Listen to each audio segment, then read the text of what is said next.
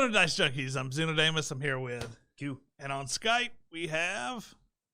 What X? He's Finally. back! I finally got you in a Dice Junkies shirt, and he's not wearing his. I'll never get all three of us in the shirts at the same time on camera. We'll never look like we actually work together. You didn't let me know. Well, I never expected. He must, you know what? It was an accident. He just had to get his shirt that fast. Yeah, I just grabbed what was on the top like, of the pile, honestly. He would have never intentionally looked like he was a Dice Junkies. It was on top of the pile. Which, I mean, there is a good ratio, because I have like 5 T-shirts in that pile. So. But you find a way to avoid it every time. So if I'm blindly grabbing a black T-shirt to wear, there's a good chance it's... Because the only time he wears a Dice Junkies shirt is when I'm not wearing one. And then he's like, oh, okay, I can put it on now. All right. So Comic-Con happened. By the way, did you hear? No, that's the thing. Like, did you hear like the messed up stuff? Like, some of the media was slamming on the San Diego Comic-Con because wasn't it online? No, that's not the one. Okay, don't worry about it. I just know that like there's apparently been some heat, but again, we don't jump into a lot of that. The problem with it was I think it was like these huge lines because they were doing COVID checks on everybody to get them in. They had to have masks. They had to have their COVID vaccination. Ooh, we don't do lines. Oh man. So the line had actually wrapped around outside, from what I heard. So. Ooh, I don't do lines. Yeah. I don't do lines. I mean, you better have a speed line for. Now I'll do a COVID test. I don't care, but like I'm not doing lines though. What kind of COVID test are they doing? Temperature? Were they actually shoving a Q-tip up your nose? I did not really investigate on that because I didn't care. I wasn't there, and like you said, we don't do lines. When we were in Atlanta for the stadium tour concert, it was you go in and you swab your own nose, and then they give you a little number, and you come back and they check, and if it's negative, you get to go into the venue. If it's positive, you get to go home and get a refund. Wow. So it takes about 10, 15 minutes, so I'm assuming it's a similar process for those quick tests. All right. That's a lot. We're getting feedback, Blood. Yeah, we're getting a little feedback from you. Well, from our voices. We can hear ourselves through your... Yeah. Well, I'm running through Skype like I always do. Yeah, it's probably just turn down the volume just a tad. All right, guys, let's get started on the trailers of San Diego. So I'm gonna start off on the Dungeons and Dragons one because I mean that's almost a topic of its own. And so they're because we are Dice Junkies, so we do a lot of tabletop. Let me shrink us down. I was gonna say let's covering get that up Blood Axe a little bit. There we go. Let's do it to scale, man.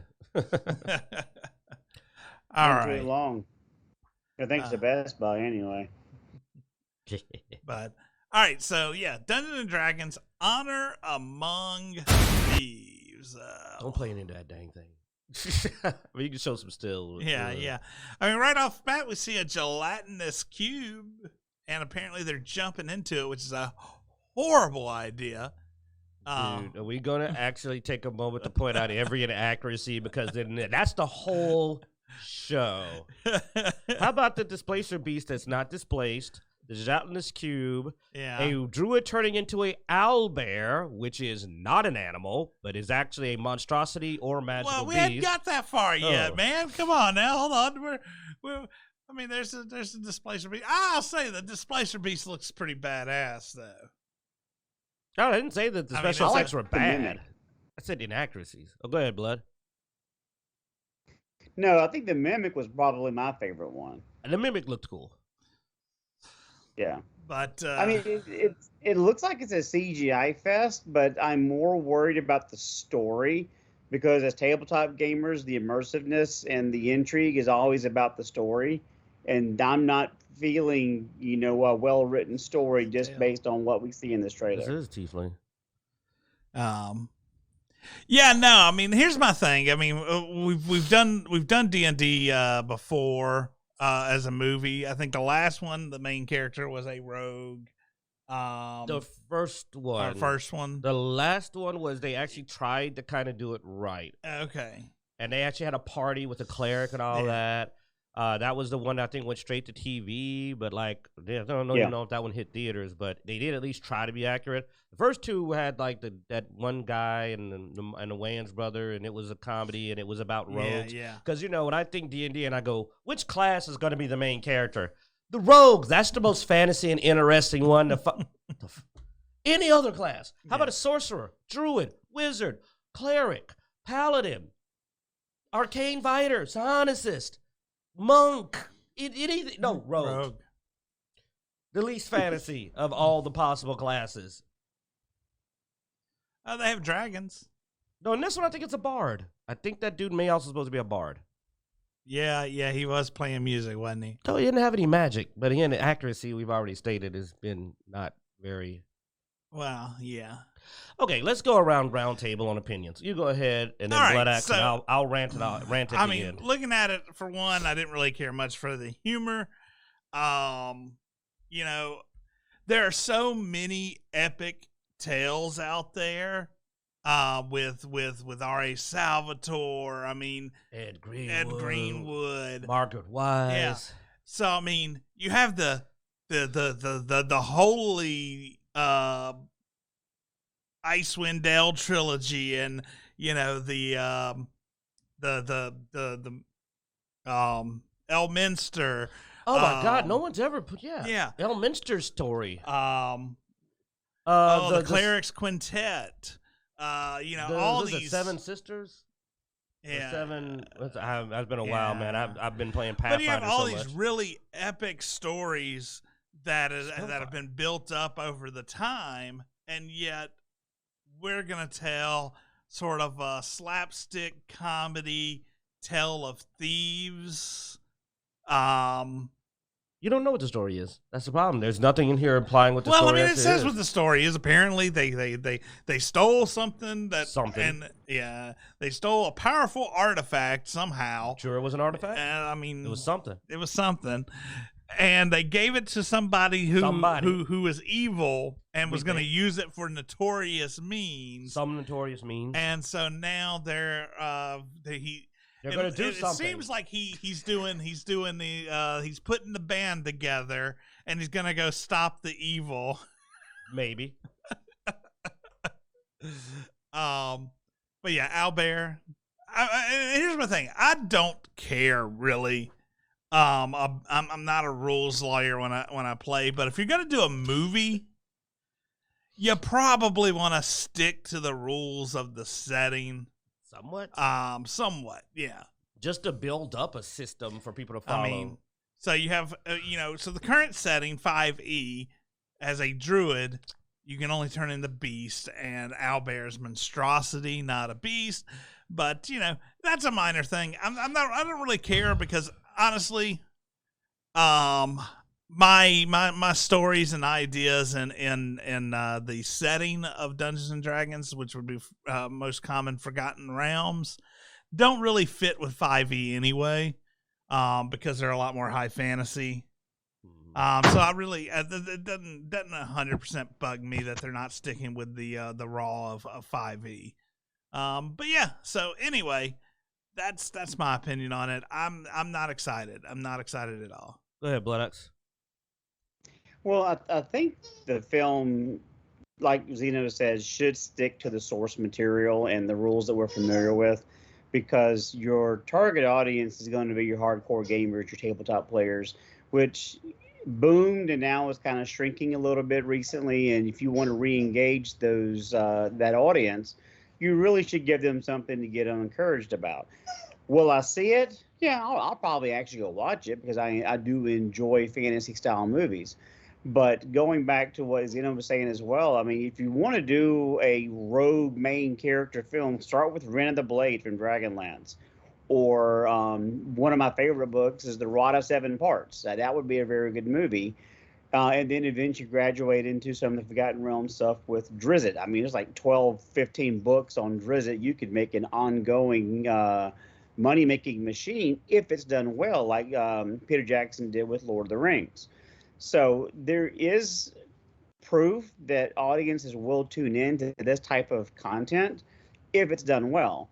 And as I was saying earlier, I'm not entirely sure that the story that we're going to be seeing makes sense. I think it's just going to be eye candy with all the special effects, the unique monsters that we see in Dungeons and Dragons, like the gelatinous cube, displacer beast. I love the mimic; that was pretty cool. But I agree, you should stick with the rules of the game setting that you're currently trying to make money on. Now, is Wizards of the Coast even involved with this film? Do you know that? They have to be involved in some degree. It's a license. Then why would they let them break the rules and have the druid turn into an owlbear? Wizards of the Coast hasn't been following their own rules for a long time, man. They've been way off the reservation on that, man. Yeah, since I think they were bought by Hasbro, it's been blah. Yeah. Yeah, but I was so excited for the first film with Jeremy Irons as the villain. I thought that was a fantastic casting to make him as an evil wizard, and I was so disappointed. And so this one I'm not nearly as excited for, but I will go see it. I do want to see what it's like and see if there is potential for future films, because I've been waiting for a really good Dungeons and Dragons movie since I was a child, and we have not gotten that yet. Don't expect to be getting it. No, I don't at all. Again, my expectations are low, but I am curious. All right, well, I mean, first of all, I can't actually judge the movie because it's just a trailer. But I will judge this just as a trailer. So before people start saying I'm bullied, I'm not, because it's a trailer. Now, as a trailer, my biggest thing is that I see no world building. I see no building of how things work. I don't even have a name of a character. Like, when it comes to walking away with no information, I walked away from this trailer with almost nothing. I don't even know who's the original thieves that stole it. Like, we were going, so was it those two or is it three of them in the original group? Like, you walk away with no info. Yeah, I'm not that worried about seeing that. I don't care about your opinion. This is mine. I know. I'm just saying. So as a trailer, a lot of trailers don't have that information. Well, they didn't hook me though. That's the thing. They didn't hook me. Well, yeah. I mean, a lot of trailers don't have information because they don't have to, because it's a familiar material. When we watch the other trailers and we go over it, we're familiar enough with the characters that I can tell, when we get to the trailers, I can tell you a good bit about what the movie seems to be about. This, like I said, something got stolen, it was given to somebody, and now they're going to do something about it. And that's okay if you're going to do that, except that it was just action and jokes. And I'm like, where's the tension? What are the stakes? Like, I didn't get pulled in. Now, accuracy-wise, I don't care. I've given up on Wizards of the Coast a long time ago for accuracy. I knew it was going to be a crap show. So that's not anything. But here's something that Blood Axe said. I'll try to do this quick. That was genius, though. He mentioned the Drizzt arc, and I thought of something. I said, you know what? Given the current environment and the way they like to do certain movies, why aren't they making a movie about Menzo Berendon? I mean, you've got a unique setting. Because Drows are apparently racist. No, but see, here's the thing. It's a matriarchy. So you get to have a female-dominated cast. It is an evil, though. Yes. They'll make them misunderstood. Then, and Loth, I'd love to see Loth on film, man. Loth, the Spider Queen, Loth would be awesome. And an absolute badass. I mean, she's always been like one of the most dangerous gods in Faerun. It's an interesting society. It's an interesting setting. Wouldn't even be that hard to do. You wouldn't need that many sets. It's all on the ground.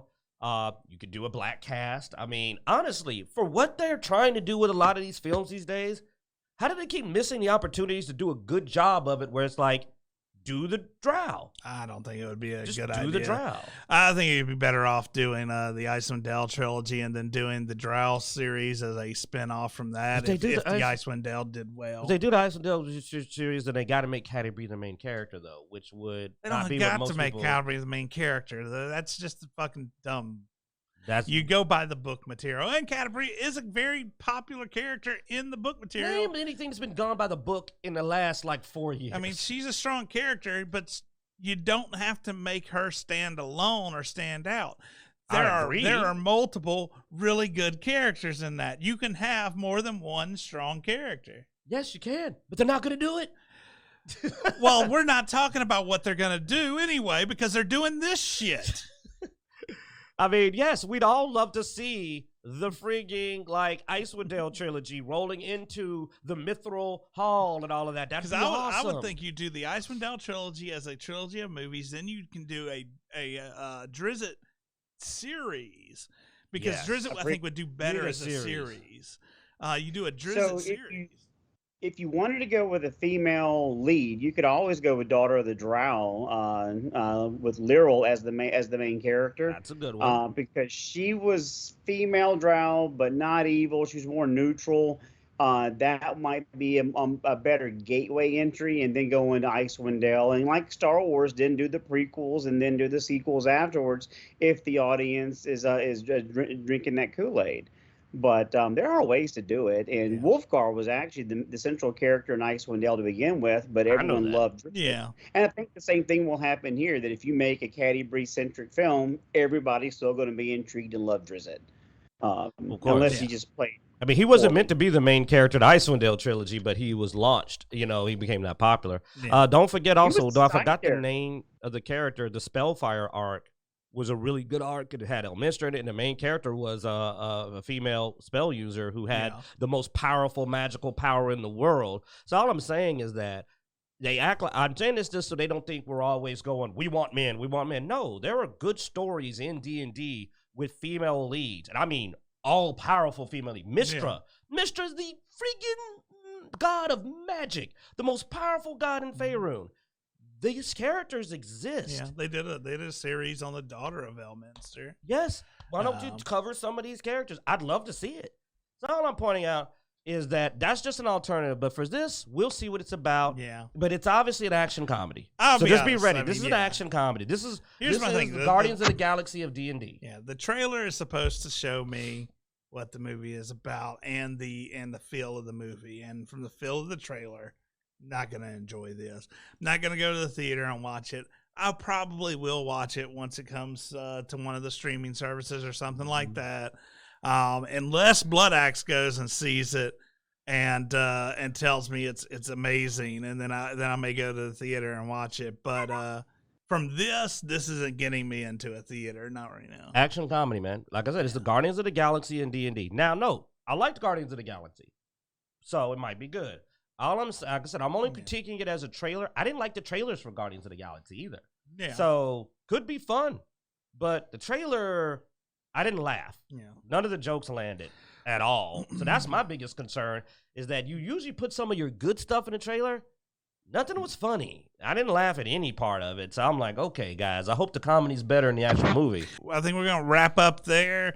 Thanks for watching, guys. Be sure to check out Dicejunkies.com, where you find links everywhere we can be found online. Get on YouTube, like, subscribe, Facebook, follow us there, all that good stuff. And as every week, we hope you enjoy. Just a player, just a player, just a player, play the damn